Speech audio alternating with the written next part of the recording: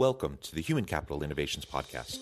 We're your source for personal, professional, and organizational growth and development, where we share original research, explore industry trends, and interview executives and thought leaders from across the globe. We hope you join us often for practitioner-oriented content around all things related to leadership, HR, talent management, organizational development, and change management. Maximize your personal and organizational potential with Human Capital Innovations Podcast.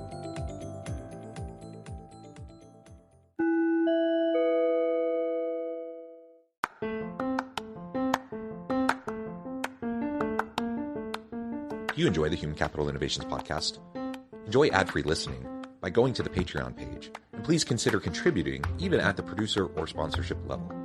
And please leave a review. Thank you for your support.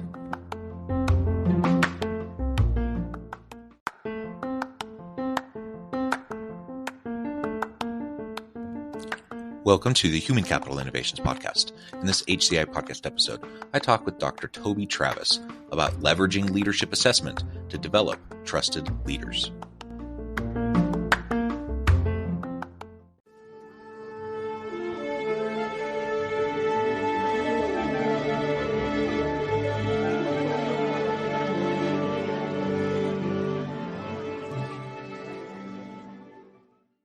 Dr. Toby Travis, welcome to the Human Capital Innovations Podcast. Thank you, John. Great to be here. Yeah, it is a pleasure to be with you today. I'm super excited to have a nice conversation around leadership development and leadership assessment to use as a means of developing trusted leaders. As we get started, I wanted to share Toby's bio with everybody. Dr. Toby Travis is the head of School for the Village Christian Academy, founder and developer of Trusted, a research and evidence-based framework for school improvement focused on developed school leaders. The framework serves as the basis for the Trusted School Leader 360 assessment, which schools worldwide utilize to inform improvement initiatives. Author of Trusted, the Bridge to School Improvement, named Book of the Month in November of 2021 and nominated for Book of the Year in 2021 by the Magic Pen. He's written many articles. His work has been featured in Forbes, CEO World Magazine, eSchool News, Authority Magazine, Businessing Magazine, and others. And really, I could go on, Toby, but I'll pause there and give you a chance to share anything else with listeners that you would like to highlight or share by way of your background or personal context. Oh, happily married and a proud dad and grandpa. Wonderful, wonderful. That is excellent to hear. Well, let's dive on in. So why don't you start by telling us about the Trusted School Leader 360 assessment? Tell us a little bit about the origins of that, what it is, and then we can get into talking about that assessment specifically on how you can develop trusted leaders, but also just this idea generally about how we can leverage assessments in the development process as we try to build the leadership capacities of our people.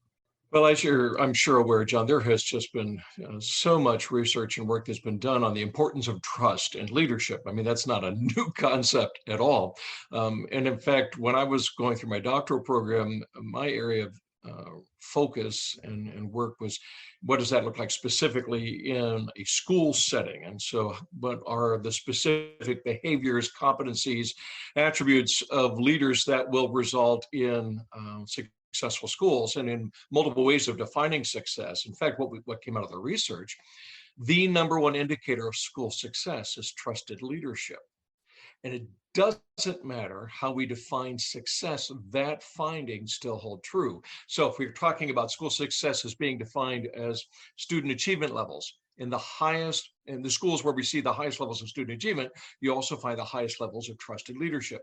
In schools that have the highest levels of retention of faculty and staff, highest levels of trusted leadership. When you look at community involvement in the private sector, when you look at financial investment, where our donors giving their money, it's to those schools that have that trusted leader. So we see it's vital. It's to the success of schools. But how do you intentionally get your arms around it as far as developing and improving schools? And this was really where I've had the blessing of being with and working with some amazing people to develop and look at precisely, again, what are the skill sets, the competencies very specific to trusted leadership, and then how do we assess it? And through that came up with an assessment tool that is fairly simple and easy to implement with schools, where leaders have got to be open to letting their teachers and their employees, speak into how are they doing as leaders. Just that action alone builds trust, but then provides a score on, we've discovered six real ways of talking about trust. In the book, I talk about these as in the analogy of a bridge. It's like building a bridge together. So you have these six components that are interworking, and we assess these six components. We're able to develop a score on how, as a leader, for example, we talk about the foundation of trust, which is all about beliefs and values, and how well are those known and articulated, et cetera. And then we see, we have a low score here. We know this is an area of trust that can be built up, and then taking that into action planning and action steps. So it came out of the research of, we know trust is important, but how do we intentionally develop it? Well, you've got to be able to assess it. And what we find is when you assess it and you use that data to drive improvement plans, we actually get better faster. Covey talks about the speed of trust. Well, how do you increase that speed? It starts with, at first, being honest about where are we, assess it, what's our baseline, and then using that data to inform, okay, what do we need to work on next to increase that level of trust? Yeah, that's fantastic. And of course, your context is a bit unique in that you're working within schools, but everything you just described is completely applicable to any organization. And organizations of any type, of any size, any industry, they need trusted leaders. And it's the competencies and capabilities around effective leadership are, while not rocket science, they're hard to consistently implement. And most people find themselves thrust into those kinds of positions and opportunities without necessarily a whole lot of skill development in those key areas. So the trust is so key. It's the foundation of everything when you're a leader. Whether, again, regardless of the organizational type, regardless of the size, any of those factors, the day-to-day kind of operational reality is different, but those core elements of leadership are going to be consistent, and trust is still going to be super, super important. So I appreciate you laying that out for us and describing a little bit about those different factors. Do you see people utilizing this? Do you see organizations and leaders utilizing this assessment outside of the school system?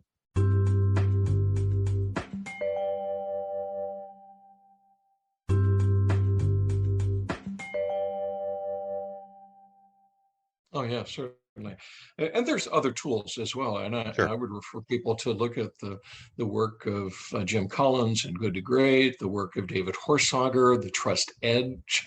In fact, David's a friend of mine and was very influential in my work in the school world. We've actually developed, I work hand in hand with a school data company called PHRi. I'm not employed by them. They help facilitate and implement the surveys. And we've developed tools for non-educators, because even in the education sector, often being asked, okay, how do we assess our business manager? They're non-academics, and how do we provide data to drive improvement of those who aren't necessarily academic leaders? And yes, we've developed those as well. So yeah, it's vital. Let me share one stat that just always hits home with folks, and it's across the disciplines, and that's why I mention it, because the same stat holds true in schools as in startups, as in well-heeled businesses that have been around for years. And it goes like this: 70% of improvement initiatives fail. And that's whether it's a school improvement initiative, whether it's a new business launch, 70% fail. And John, when we look at the causes, then we dive into, okay, what happened there? What we find is the vast majority have a problem of execution, is usually where you find the literature goes on this. But then you have to dig in a little bit deeper. So, okay, what is it about what was executed poorly? It all comes down to leadership. And so, John Maxwell's everything rises and falls on leadership. Absolutely true. And this is why it's critical that if leaders are not ensuring that they're assessing their trust levels, intentionally building trust levels in themselves and their organization and their practices, and of course, whatever their product or service is, nothing else is going to work. And it doesn't matter what you throw at your organization or at your people, if there's not a high level or a deep level, use your metaphor, of trust in the relationship between employees and the leadership, it's not going to work.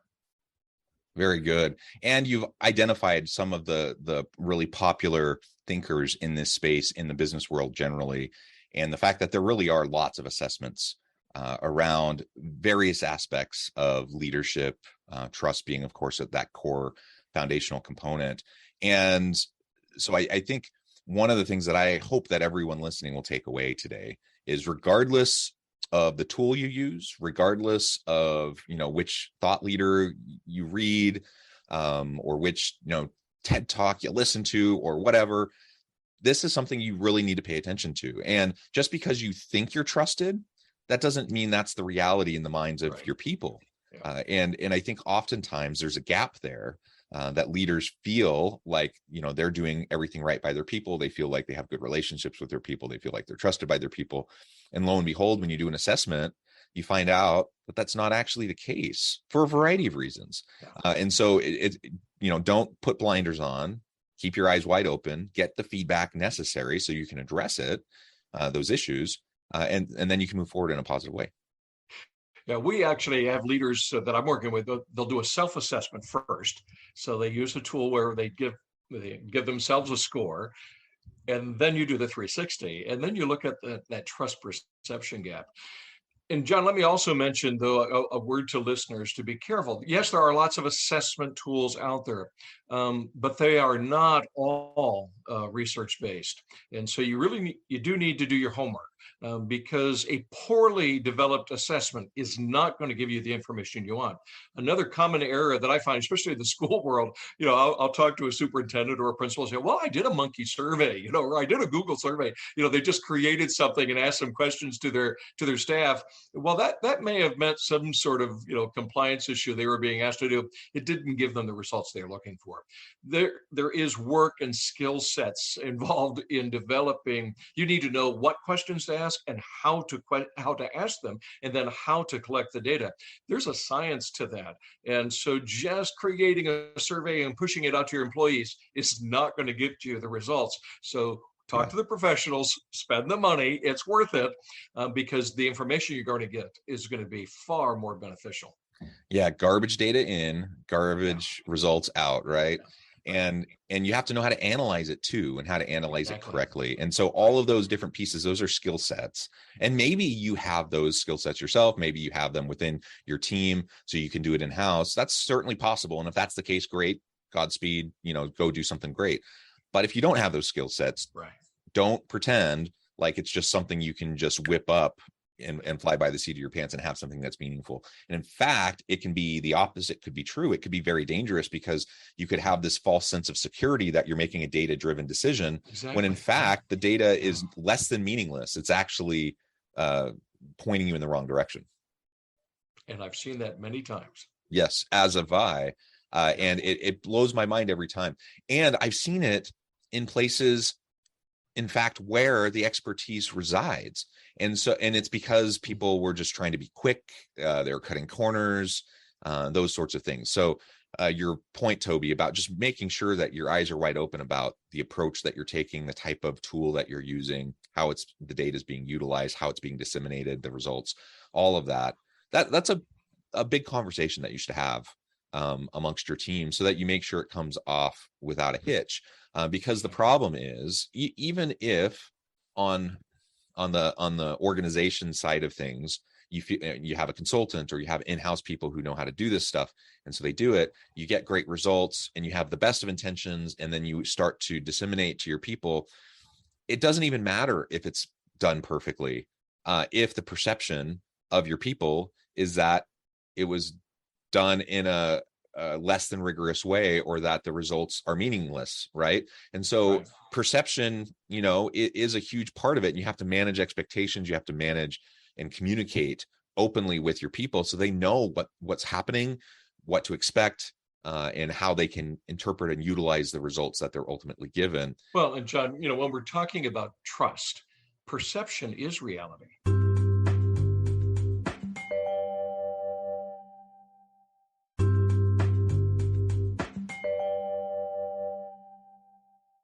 You're absolutely true.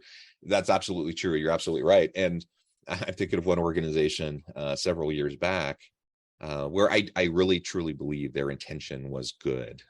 I think they were, they were using an annual engagement survey, which measured much more than engagement. It measured all sorts of things, and including trust related variables related to the C-suite and senior leaders in the organization and some of those sorts of things.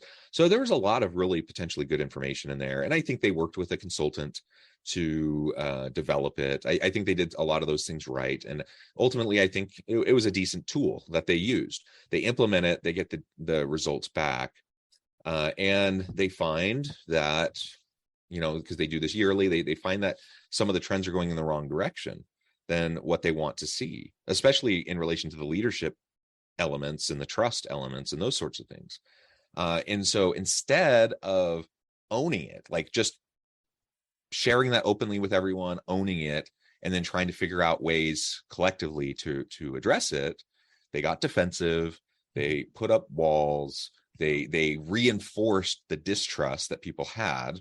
And the next year when they did it again, the rates had gone down even further because the people in the organization had seen firsthand how, things got whitewashed or kind of covered up or glossed over. They didn't really see any evidence of any major efforts to improve things, even though I think there were actually real efforts that were being made, but they couldn't see them. They didn't perceive them. They couldn't recognize them because it wasn't being openly communicated. So all of those things have to be there in addition to whatever tool you're using as you're managing the process.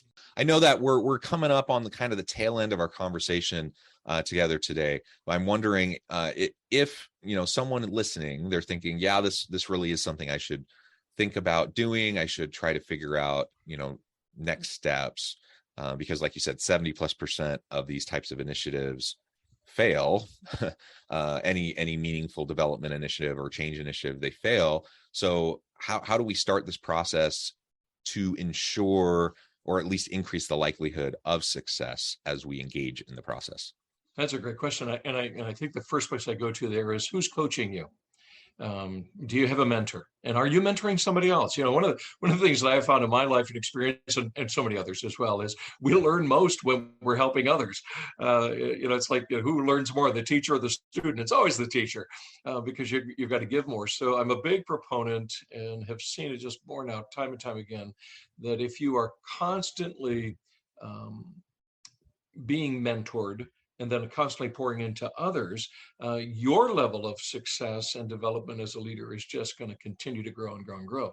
So always be seeking out someone to pour into, but also make sure that you're continually reaching out and listening to those who've gone before you, or those who've got perhaps an outside perspective, and seek a mentor always. And that doesn't have to necessarily be a professional counselor, although there are consultants out there that this is what they do, and would certainly love to explore that with you. And I do say often to boards, when they're looking at providing support to their CEO or to their superintendent or their head, said, are you providing resources so that they can continually be mentored? So do they have a budget so they can, have a personal coach, or they've got a consultant that is on call constantly that they can utilize? That's a key element for the success of any leader, is just to be continually having that relationship. And again, going both directions. I also encourage them, make sure you're pouring into somebody else. Well, yeah, and there's a lot of reasons why that is important and why that can really help improve the chances of you being successful. But I think one of the major pieces and components of that is just the simple fact that when you're having those kind of regular mentoring and coaching sessions and conversations, they're necessarily self-reflective, right? And when you're going through the self-reflective process, that helps you discover blind spots. That helps you better understand what you're doing that works and what you're doing that doesn't work. Maybe things that are unintentional or having unintended consequences in what you're doing. So just going through that kind of a regular exercise. And if for some reason you can't swing the budget for those sorts of things. At a bare minimum, you should be like regularly scheduling quiet time to contemplate, maybe to journal, to practice that self-reflection, to read. Yes, read and apply and think about deeply what you're reading from other great examples and people who have had a wonderful experience. So there's lots of ways to get this. We just have to be committed to it. We got to prioritize it enough that we schedule at least enough time to get it on a regular basis. Be intentional with it. Absolutely. Well, Toby, this has been a really fun conversation. The time has flown by. I know I'm going to have to let you go here in just a few minutes, but before we wrap up for today, I wanted to give you a chance to share with listeners how they can connect with you, find out more about your work, your team, where they can find out more about the assessment, your book, and anything else like that. And then give us the final word on the topic for today.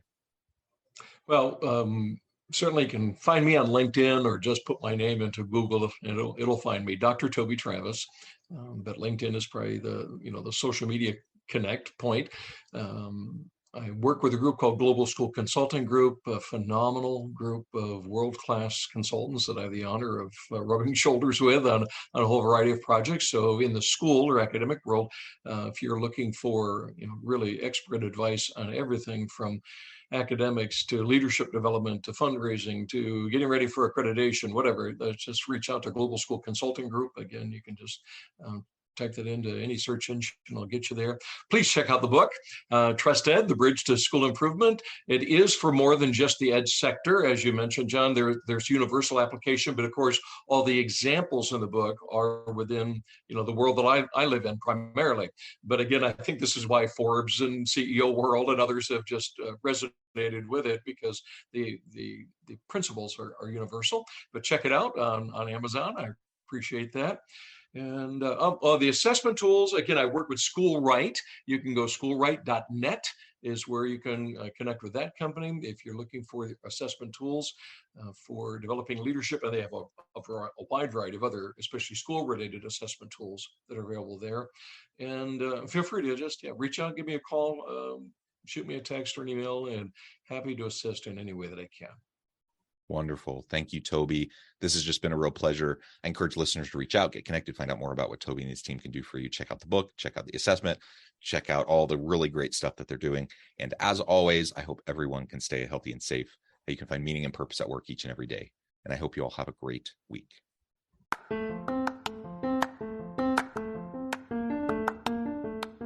you enjoy the Human Capital Innovations podcast? Enjoy ad-free listening by going to the Patreon page, and please consider contributing even at the producer or sponsorship level. And please leave a review. Thank you for your support.